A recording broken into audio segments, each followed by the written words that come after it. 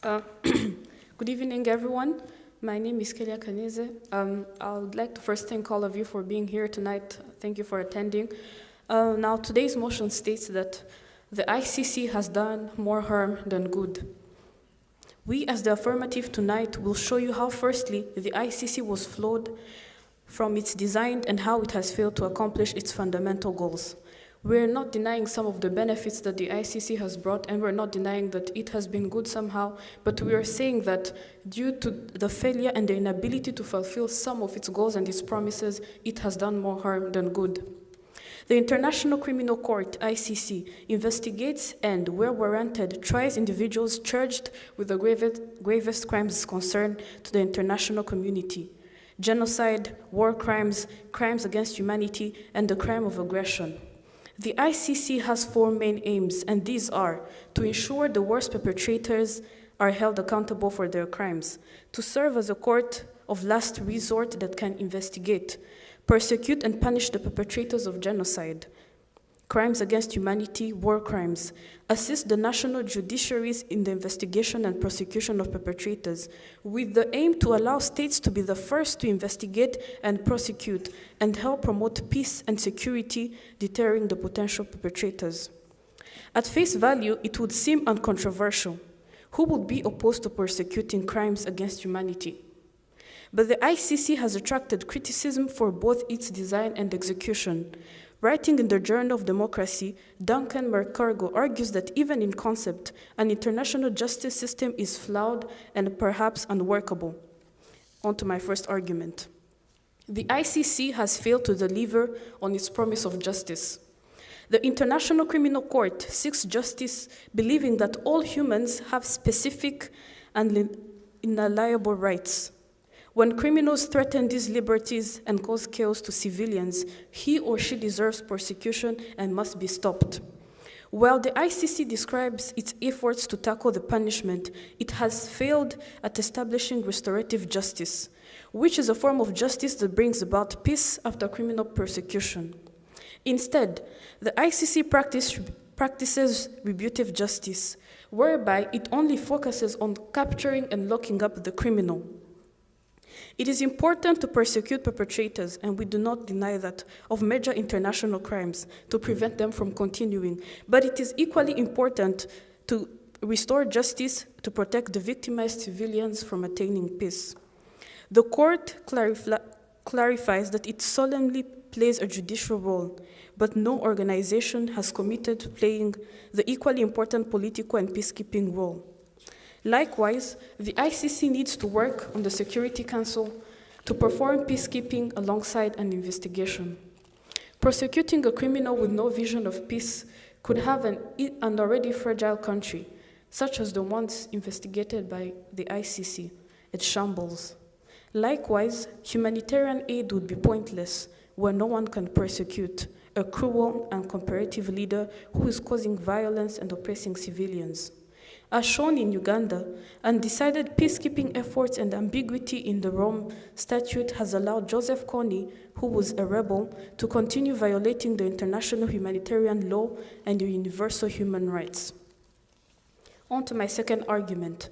The ICC has only convicted 2 cases successfully: impunity for the worst crimes as in desperate need of being seized, and yet the ICC has done nothing in its regard.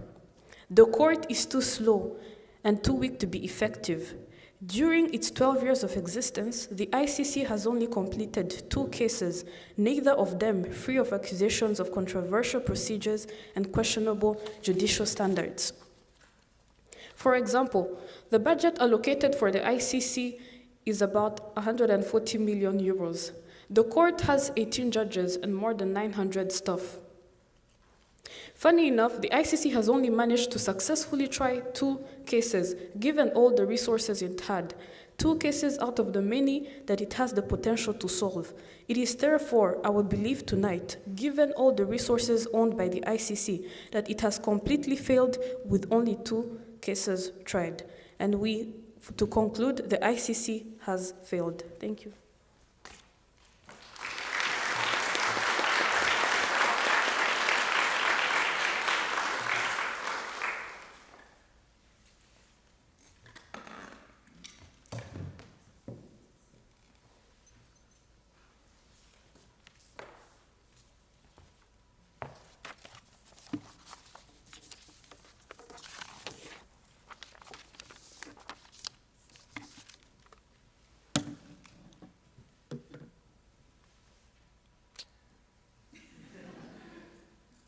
happy to be here.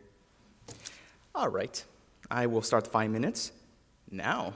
First of all, I really would like to thank all of our debaters here, the Rwandan debaters, as well as for everyone watching. For those of us watching, this really is demonstrative of the fact that the world of debate goes beyond what we simply see in the US. The fact that we are debating against the Rwandan debaters is honestly a really beautiful thing to see. Thank you for being here.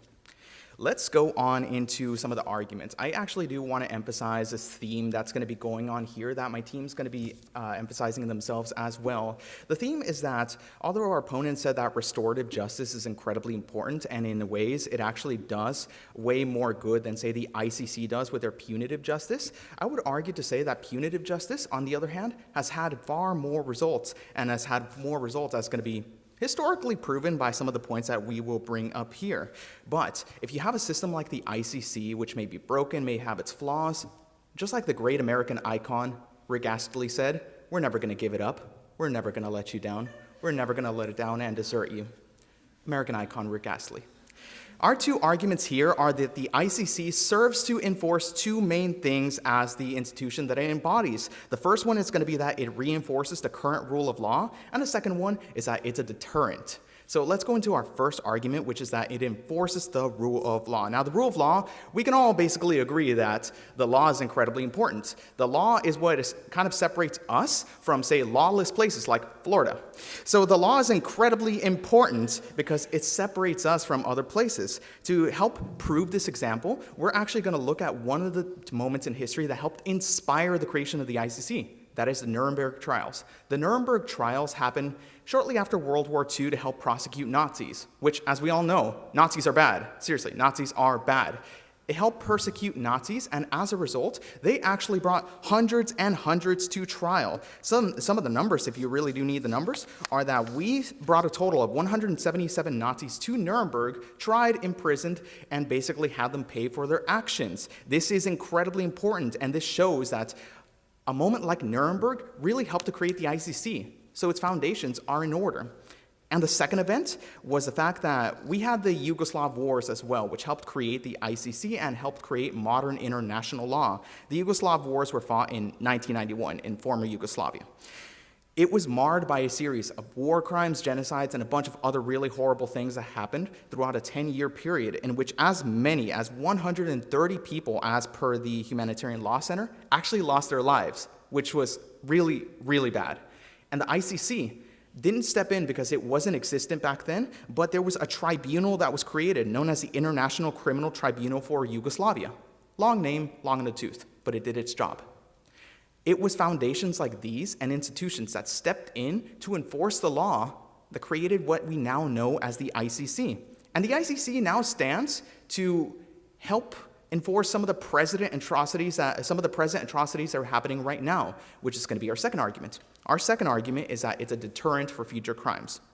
Right now, we are seeing some grave atrocities happen, especially in Myanmar. The Myanmar persecution, where we have a mass exodus right now that is happening in Myanmar. The Rohingya people, who are the largest ethnic minority living in the country right now, are being forced out of their ancestral homelands and into neighboring Budapest. As many as 670,000 Rohingya have been forced from their homelands to flee, which is a horrible thing to do. And as of right now, according to a filing that was actually filed last Thursday by the ICC's chief prosecutor, they have intent to go and stop this from happening and to stop this from happening ever again. See, the ICC is a deterrent. It worked in the past and it will continue to work now because it is a deterrent for future crimes that are happening, and we need it now more than ever.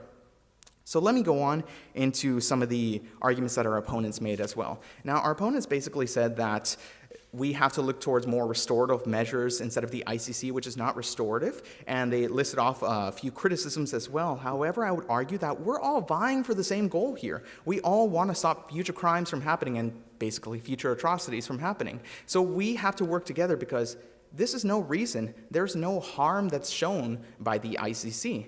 In fact, it's a young organization. It was barely established in 2002. So for those 16 years that it's been established, and for the amount of good that it's done, 2 cases in 16 years is definitely progress. There should be no reason as to why we should rush this process along. And if anything, for the sake of stopping say, persecutions like what's happening in Myanmar, we should keep the ICC. Because just because it's broken, just because it's slightly flawed, doesn't mean there's reason enough to fix it.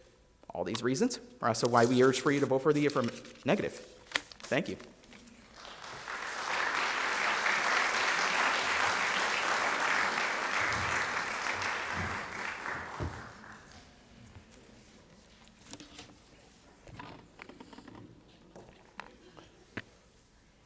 Thank you very much. I'm a little bit nervous. It's my first time to speak somewhere where there is a title of president, so forgive. All right, thank you very much. First of all, before I give out my arguments, I'd like to first go through some of the arguments that were given by the opposition side.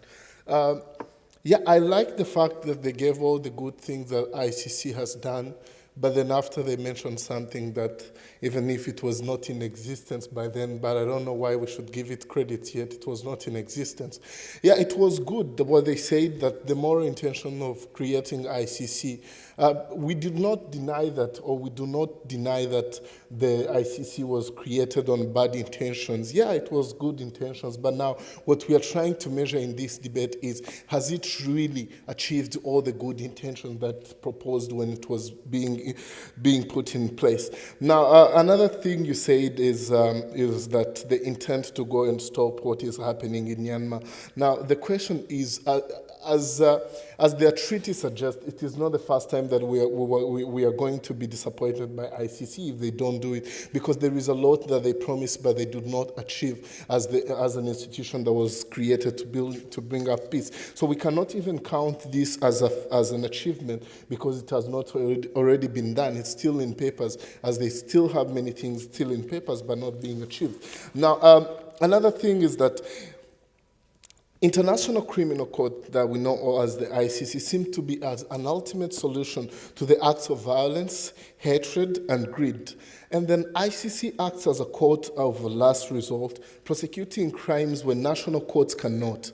With the ICC, many thought that the world could be one step closer to the international peace and international order.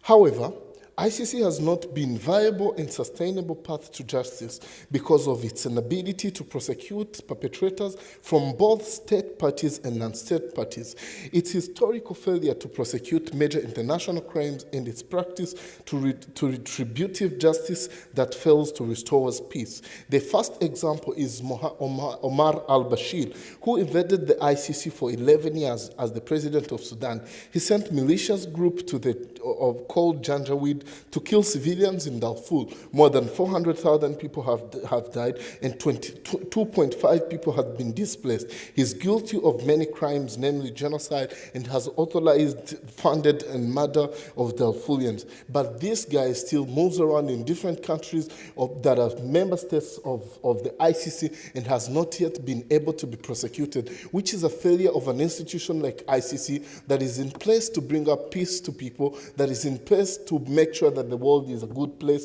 but then people like these ones are still moving around the world despite the fact that we still have an institution like ICC. And then another example will be Kony 2012. This is one of the Ugandan militias who was killing people, raping kids, raping women, and then taking people to kill other people without even the government of Uganda authorizing it. Ugandan government said by that time that we are not able to prosecute this guy because we do not have enough funds and resources. Uganda being a member state of the ICC did not stand up to do anything until the United States, which is not a member of ICC, tried to stand up and do something after a documentary that was made by an institution called Undiscovered Kids. This one is an example that ICC, despite the fact that it is there, it is not doing enough to stop some of the bad things that are happening in the world, and it has not done enough to stop some of those bad examples that I've just given to you. Now, another thing is the president of Philippines, President Rodrigo Duterte, became the latest leader to say that he's considering to leave the ICC because he feels like it is useless. He mentioned that small countries are the ones suffering. This is a feeling that he shares with different countries in Africa, Burundi, Uganda, Kenya, even Rwanda, who said that they don't feel like ICC is there to serve everyone equally because it It is there to actually persecute and humiliate people from the African continent. Now, if ICC cannot create a mindset of equality and a mindset of balance within its member states, how can you ensure that this ICC organization is actually succeeding when people in it don't feel like they're equal and don't feel like they're getting the judgment that they followed when they registered or they signed the Rome Treaty by the time they signed it? Now, ICC has failed to establish the required cooperation that is needed to the states that have ratified it to turn over suspects. This is an example of Mohammed al-Bashir that I've just given, who was into two member states of ICC but has not been turned over by those countries because there is lack of cooperation between ICC and its member states. Thank you very much.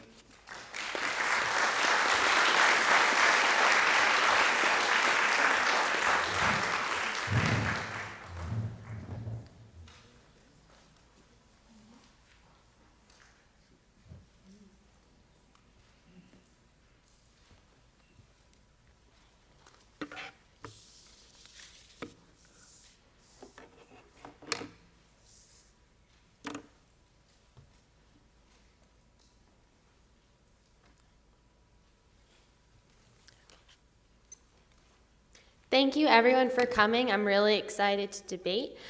So first, let's look at the arguments that they brought up. They first talked about how it's failed justice and how it's not bringing restorative justice, instead it's bringing punitive justice. And I have a couple responses to this argument. First, you have to look at how the ICC is a victim-centered court, which means it is prosecuting people based on the victim's sentiments. This is really important because it's showing how it's, in effect, establishing some sort of restorative justice to the best of its ability, because it is helping those and it is helping in restoring those who need it the most, the victims. Secondly, we see how the ICC is a new establishment. It hasn't even been around for, 20 years?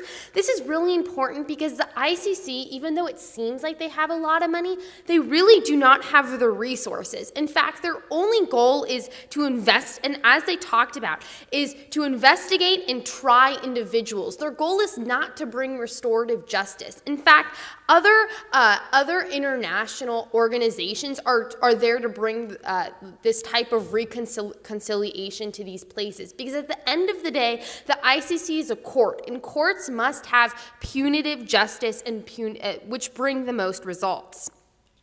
They also talk about how they need to work with the UN Security Council. However, currently they do. In fact, many cases brought by the ICC are referred by the Council. And they also talk about two examples, like Joseph Kony and Omar al-Bashir. While those cases were not the best successes in terms of the ICC, we can see that the ICC has actually done some good. They try to bring up the failures, but one of the successes of the ICC is Thomas Lubanga from Congo. And in fact, during the Huri conflict, he committed a lot of human rights violations, which included massacre, murder, rape, putting children to war. He killed about 800 civilians, and he was tried. And without the ICC, these 800 people would not have given justice because he was not have been tried. And at the end of the day, you either have one person being tried versus no people being tried. And this is why it does not do more harm than good. They also like to talk about how there's only 2 cases that are successful because it's too slow, it's too weak to be effective. However, you cannot have evidence on this when you're only given, 20 years? Additionally, the ICC is doing better in terms of time because usually when we have situations of genocide, for example, in World War II, we could see that these trials do not even, because we can even look to Myanmar. They say it's not really that effective, which brings me on to our case. They say it's not that effective, but at least it's doing something. At least it's investigating. At least it's giving them public recognition, which is really important to solving problems.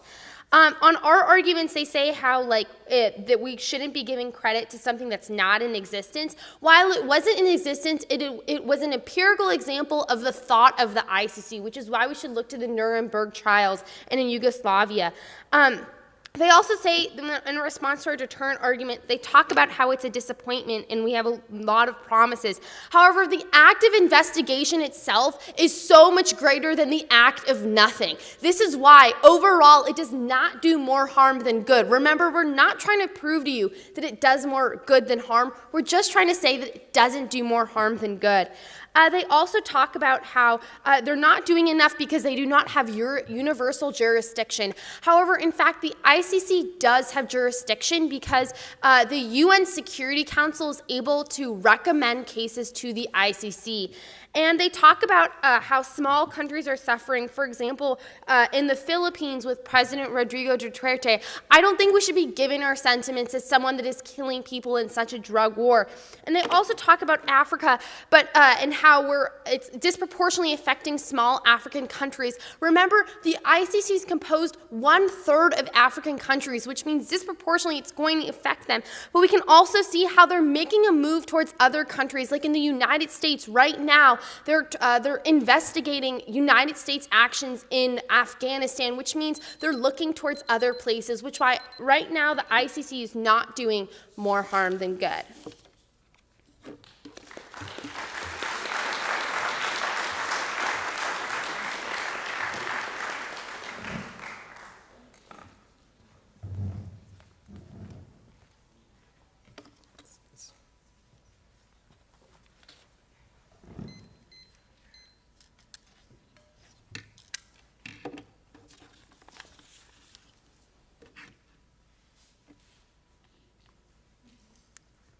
So before I start, I just want to thank everyone for coming out tonight and listening to both sides of the argument, because I think it really matters that we could listen to both sides, share some information so that we could all acknowledge that there are certain problems that we must address, and we could just discuss it in a greater setting.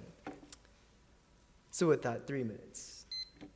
So both sides have argued very in terms of just like this debate round, we all discuss of terminology and real-world examples. But let's take a step back and really analyze this in a more relatable setting, and that's of popcorn.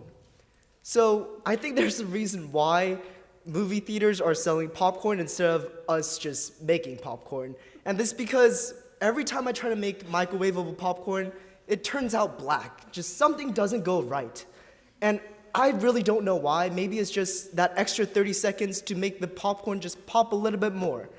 But we see that even if that one instance or several instances that we all might have of popcorn failing on us, we still haven't just given up on the buttery goodness. We still eat them.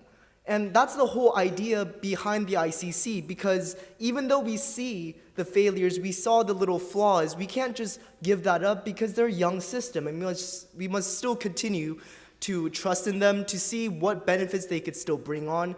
Because when we look at it in a step back, we see that they actually brought some benefits to the table. With that, let's see what the arguments that my opponents are proposing at the end of the day. Their main argument here is that the ICC cannot achieve its intentions successfully. And I totally agree with that point, that the system is not 100% there, that it's not 100% successful, and obviously nothing could be ever perfect. But when we look at that, they still have the effort to achieve justice, that they're still having the effort in Myanmar, they're still having that continued effort. It's a clear indicator as to why we should see it still continue and see the benefits. And also, my partners have repeatedly mentioned about how it's a young system, that we can't just determine that it's more harmful because we saw a certain amount of slip-ups, and so it must be harmful. We still see benefits, and we must still trust in that and see what the system could bring to us. So at the end of the day, their argumentation here isn't really proving as to how the ICC specifically does more harm. It shows how there's little slips-ups here, but that doesn't really prove anything as to why it does more harm. But I think our side provides two clear argumentations at the end of the day. One is that the ICC has a continued effort, and second, that it's a young system. So the idea that it's a continued effort, we see the real-world example of Myanmar, how we're still involved in that situation. We're trying to resolve the situation. And the ICC is still trying. That's a key point here, because they haven't given up. They still invest in, they still look into these areas, and when they're still a young system, we should take a step back and see, well, they're still trying, they're a young system, so we must at least trust in the system. But the second argument is that they're a young system. We see that they're only been 16 years they have been operating, and with that, we see that we need to somewhat trust them. That's the whole idea with this debate. Thank you.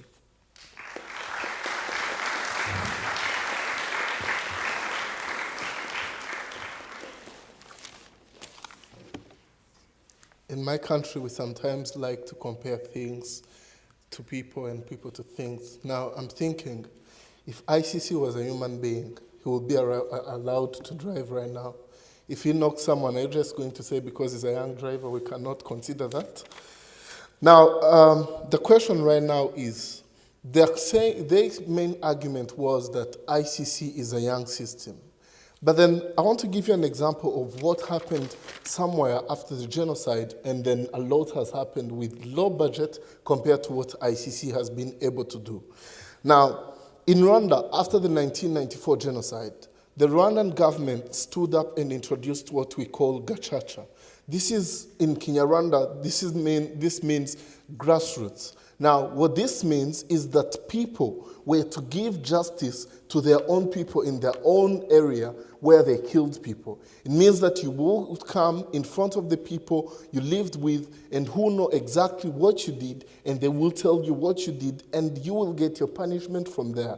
That means that if Rwanda was able to judge more than 5,000 cases with that kind of system in a very short period of time, what is the excuse that ICC has if it has only been able to only cover 2 cases? Now, another question is, we mentioned something that only African countries are being persecuted and humiliated by ICC. Because if you're to check, 6 of their cases that are to happen or that are happening are only of African continent. This makes the world sound like Africa is the only continent that has cases that ICC can solve. But is that the case? Now, the other thing that they're trying to say is that ICC is trying to investigate what US did in Afghanistan. But the question is, after investigating, what is it going to do? Nothing, because US is not part of the ICC, is not a member state of ICC. And this brings us to another great point that we need to really even evaluate after this debate or even during this debate, is that ICC has failed to bring up many big states or many superpowers to be part of it. For instance, Russia is not part of the ICC, China is not part of the ICC, the big states like the United States are not part of the ICC. States that can help ICC to really have a voice in the United States, in the United Nations, because these states still have big powers in the United Nations. Now, if ICC has failed to establish this kind of cooperation between states that can really help it to have a big bargaining power, then what is the excuse of saying that ICC has not been failing? Yeah, we understand that it has really done good things. It has really done great things. We recognize that. But if we are to put on a balance, it has really failed to accomplish most of the things that it was supposed to accomplish, and we cannot judge it because it's a young system. It's a young system, but which had enough resources and which had enough time not to only judge 2 cases. Thank you very much.